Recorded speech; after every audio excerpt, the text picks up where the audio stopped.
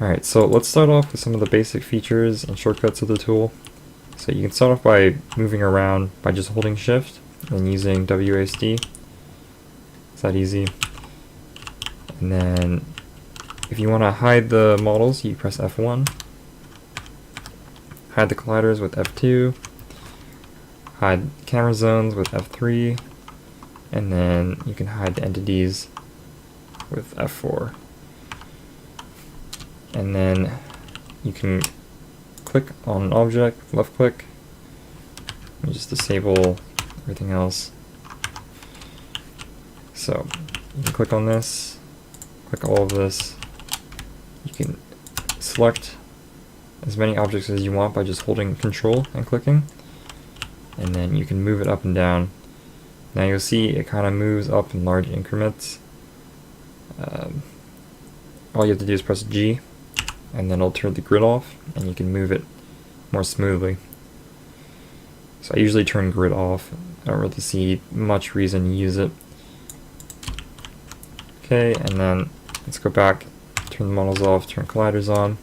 So when you're setting up colliders, there's one side that it'll be active on, and it'll stop the player from walking through. So this side will be active, and the other side will let the player pass through. So you want to make sure your colliders are facing the right way. So you press N, and you can see it's like a little spike that comes out, and then it'll tell you which way it's the main face is facing. So here the collider's on this side because it's sticking out, and then here the player can walk through. So if you want to change that, you select the object you want, and if you want to select individual parts of an object, you select triangles up here, and then you control click them. So then you press Shift N, and then it'll change it around. So now the player can walk through here, but can't walk through this side. You can change it back. Same thing. Okay, and then so back to this part, you can select individual objects, or you can select the triangles of the objects. So you can do this, and then you can also go into vertices here, and you can select individual vertices of an object, and you can move them up and down.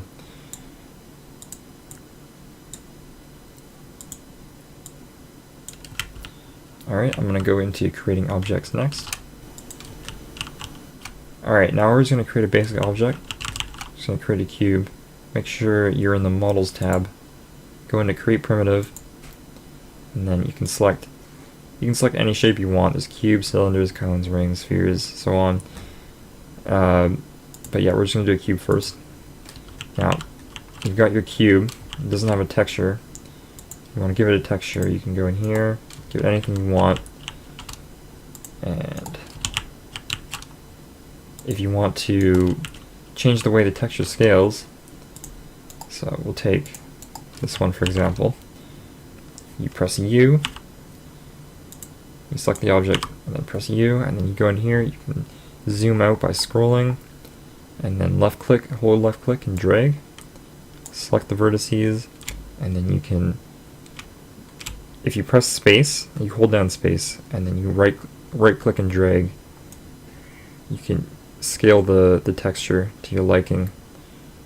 You can do uniform if you right click, and then you can do one side if you hold left click, like this.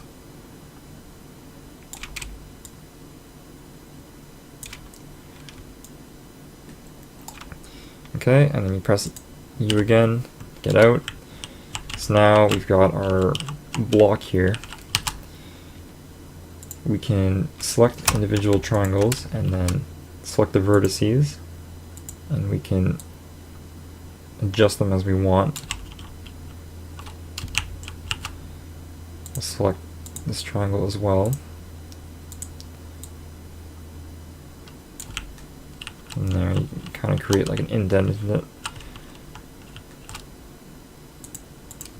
Okay. You can terraform this way, but I wouldn't recommend this way. If you want to actually terraform, if you want to create like a rounded object, I would create a sphere. But if you want to create like terrain, I usually create a planar grid, and then I increase the amount of segments. But just be wary when you're increasing segment size, as it will, after a time, increase lag in your map if there are too many. So we'll just go with 6 on each. I'll move this down. Alright, so to terraform, I will take this texture and I'll make sure it matches how the rest of the texture looks. So select all again.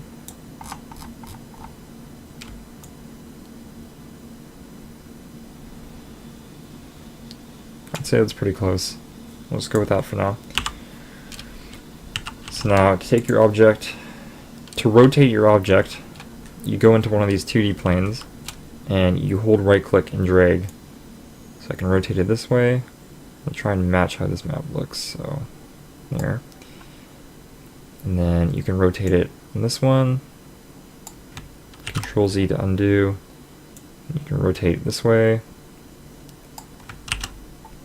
Okay, so it kind of blends in. It's not perfect, but we're just going to go select individual triangles. So this is the terraforming part. I'm going to select the middle ones.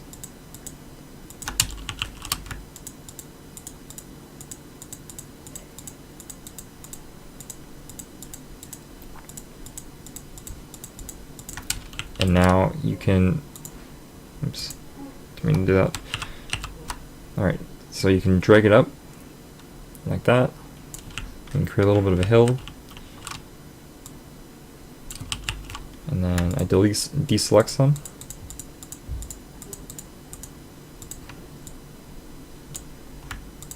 Deselect some more.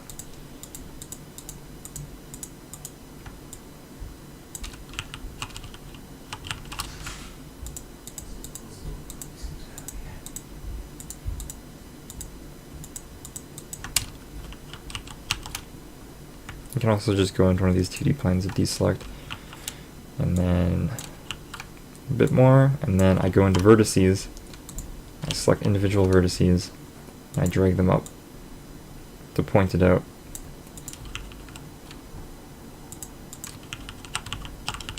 So now we got this. If it's a little too tall, you can stretch it out a bit, shrink it a bit. All you have to do is hold space and then drag, and then move it down.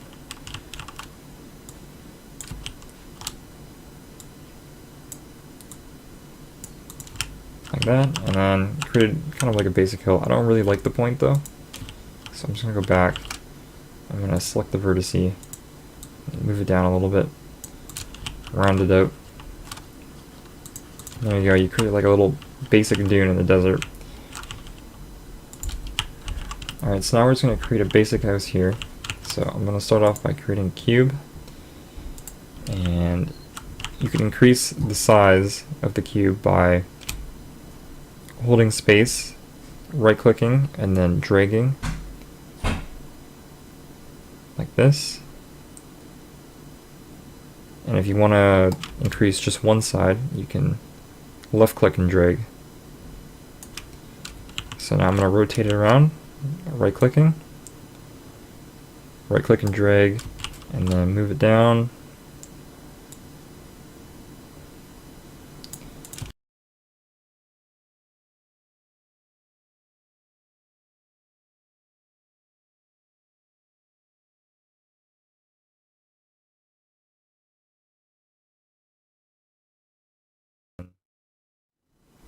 To clone an object, you just select the object, you hold Alt, and then you drag it.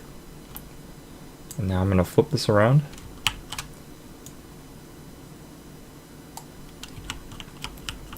I'm going to put it in place here.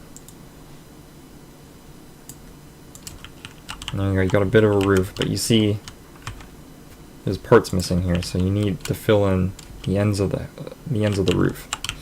So what I do is go back to, you select the object again, and then you want to go to vertices, and then go into the 2D planes here, and then find the space you want to fill in, you hold down Alt, click on a point, click on the other point, and click on the other point, and it'll create a triangle in there.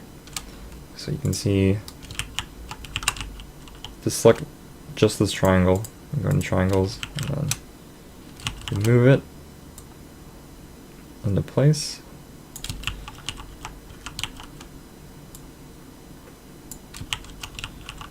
Now it's not perfectly connected, but you can do that by just selecting the vertices and then moving them. If you want to be more exact, you go into the selection menu, go to transform, and then translate, and then you can change it by just like a couple pixels if you want. It's a bit too much.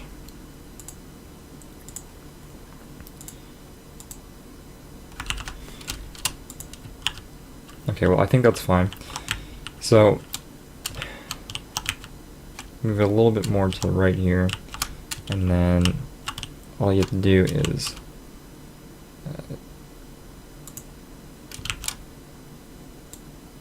clone it again, and then you'll have it on the other side as well.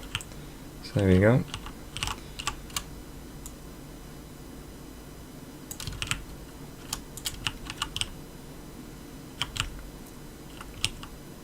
And like I said, this is very simple, and I did it very quickly. But if you put a lot of time into it, you can make it look much nicer. Just change it up a little bit. There we go. And we can go back into here, select object. You can change the way the texture scales.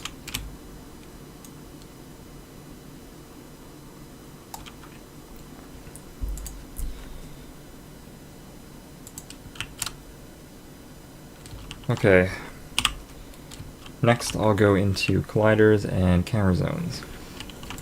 Alright, so to create your own colliders, all you have to do is select the object and then go into generate collider here. And then you got a couple of options. You can copy mesh, which will just put a collider over every single triangle in the object. Usually I try to avoid that if there's a lot of triangles, because it'll just lag the map, especially if you walk on it or you walk near it. So in this case, you kind of have to, because it's the floor and you want people to walk up it.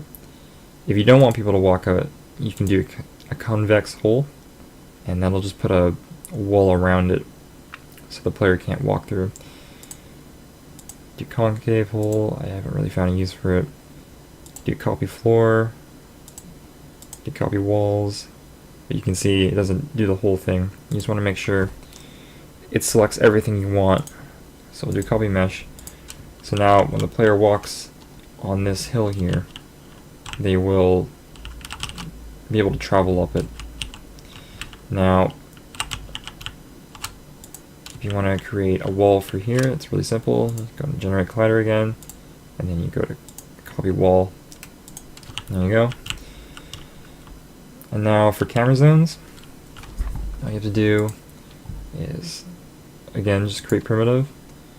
And it doesn't really matter how many segments there are, so I just do the lowest one, and then I extend it as much as I want it to cover. So I want it to cover the whole map here. And then I will level it with the texture of the floor.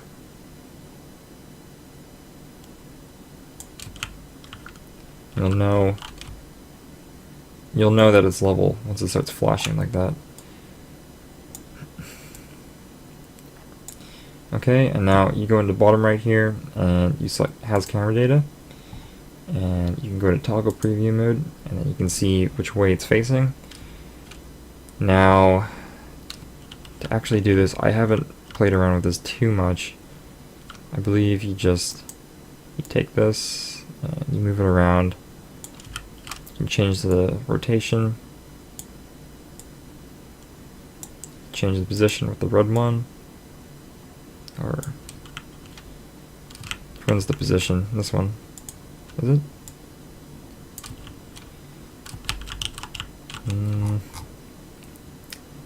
Actually, you have to go into here, and then there's a bunch of different camera options. So there's fixed orientation, look toward point. I believe that just will keep looking toward a point no matter where the character walks. Kind of like in Forever Forest, I believe. And then boundary camera, I'm not sure what that does. Follow player does as it says. Fixed position orientation, I'm not sure how that differentiates itself from this one. Look toward point, constrained line, again, not really sure. But oh, constraint between points, I believe it'll just have you can select 2 points and then the camera will move along that. So let's just do fixed position orientation. So we can move this. There we go. So we can move the camera around here.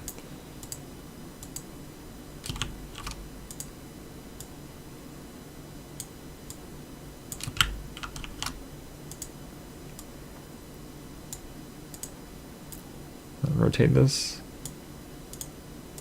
Bring it over here.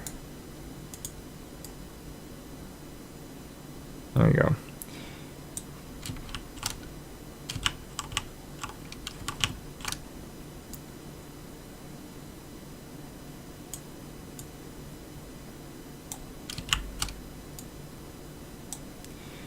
And then if you want to adjust the way the camera's pointing, you go into boom here. And you just play around until you get the right one. Alright, now let's go over saving and loading objects, which I think is a very useful thing to know.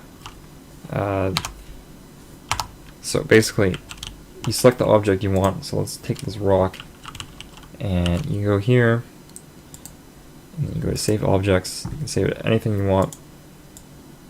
I'll just save it as rock. And then I'm going to go into one of the maps I created, and we will load that in to that map. Okay, so go back here, load objects, open rock, and there it is. Put the rock anywhere you want. Notice it doesn't have a texture because this texture archive does not match the texture archive of the desert. So we can just give it a different one here. I'll give it that.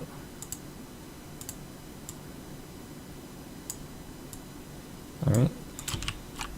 I've got a bunch of different objects I have stored. I just find it very useful to have existing ones that I can use anywhere I want. For example, I can load in some water. A water pouring effect. Like that. So I could use that for like a fountain or something. I could load in a shelf if I was making like a house, doing some interior design.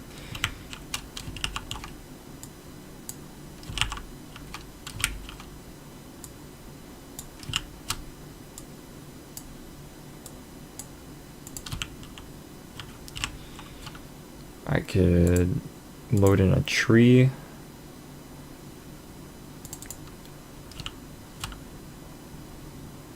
Which is actually what I did for this map. I used this tree. There you go. And you can take the leaves, Alt clone it, and just attach them on.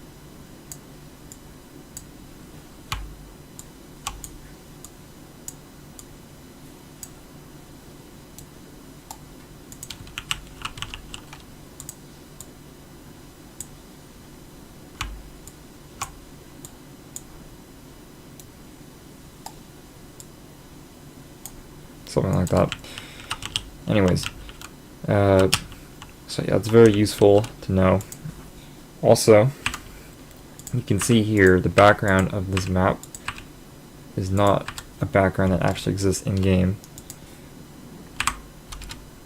These backgrounds, when you actually save the map and try to play them in game, it won't remember this background. It's just for in editor just so you can see how it'll look as a preview.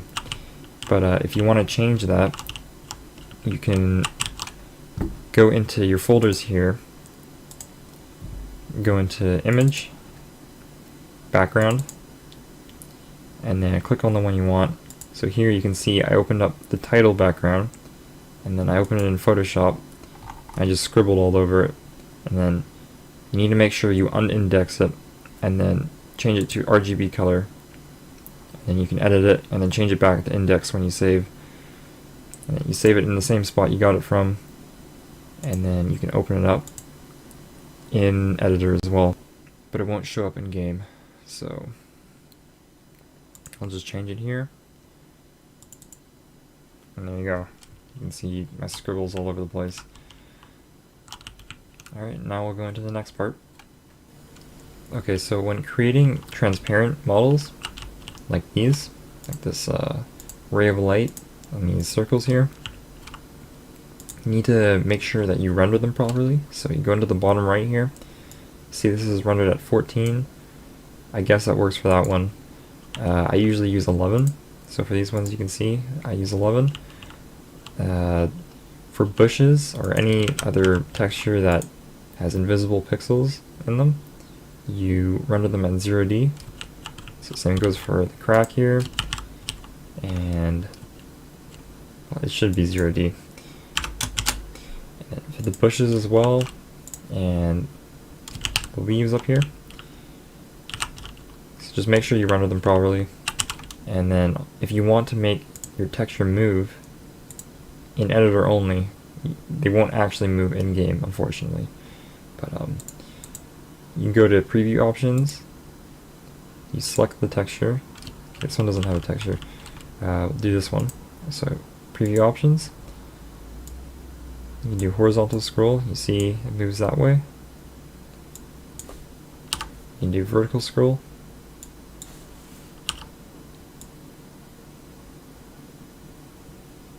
And it's that simple. But yeah, if you want to actually make them move in game, that will require some scripting, and I'm not sure how to do that yet. Alright, so now you've got your map, and you want to see it in game. Well, I don't know exactly how to do that yet. That requires some scripting knowledge, and I have yet to learn how to do that. So the workaround I do to actually preview these in game is I just select all the objects. So go here, hold shift, select, and then go into colliders, and then you can select all the different colliders. I won't worry about it right now though. You can select the zones and your entries and stuff. Don't worry about that right now. I'll cover that in a different tutorial. So you go back into save objects, and you just save it as one huge object. So I will save it as test, and I will open up a map with the same texture archive as this, and I believe this is the Pleasant Path texture pack. So let's go into NOK.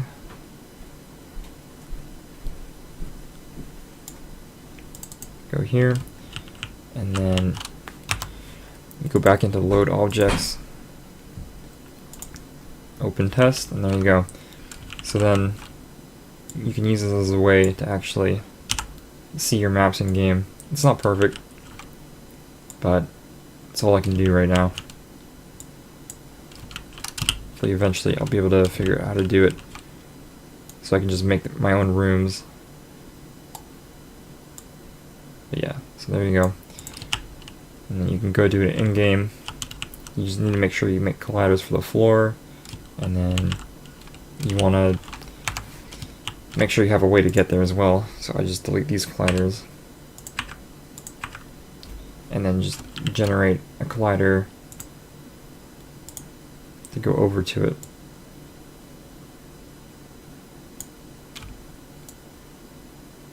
It should do. So then you can walk over to it. Just make sure it's at the right level.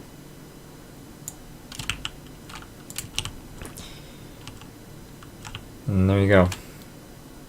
And now, if you want to actually have this show up in game, you need to go into Map, Build Geometry, Build Collision, and then save it. And then you go minimize this, go back into your folder, you go to Star Rod again, double click, go to Mod Manager, and you want to find the map folder that everything's in, and then, or the Star Road folder, and then you select you need a ROM, a clean ROM. It has to be .z64. Should look like that. So open this up, and then you go into compile mod, and then you just wait for this to finish. Alright, so it finished. Now you just go into package mod. Also, make sure in options that you keep a compressed mod package off. It'll just speed up the compiling and packaging by quite a bit. Alright, so once you do that, you can close it, and then you can go to Star Road Patcher, and then you choose the ROM again, and then you go into your out folder, and you select the mod that you just created, and then create modded ROM. And there you go. And now you just load that up in your emulator. You can load it up in BizHawk, Project 64, whatever, and should show up in game. Just make sure you build geometry and build collision. It's very important, or else it will not appear. Alright, thank you guys for watching. I will try and create some more tutorials for more of the advanced stuff down the road, but right now I'm just focusing on the map editing aspect of the tool. I haven't really played around with scripting, and I don't really know how to do it either, so I will have to talk with Clover and try and figure that out, clear it up with him, and I will do my best to make some more tutorials on those parts of the tool. Same with textures and sprites, but those don't work very well for me right now, so there's no point in making a tutorial on those. But yeah, so just stay tuned, and I will try to get those out as soon as possible, once I can. Alright, thank you guys for watching, and see you next time.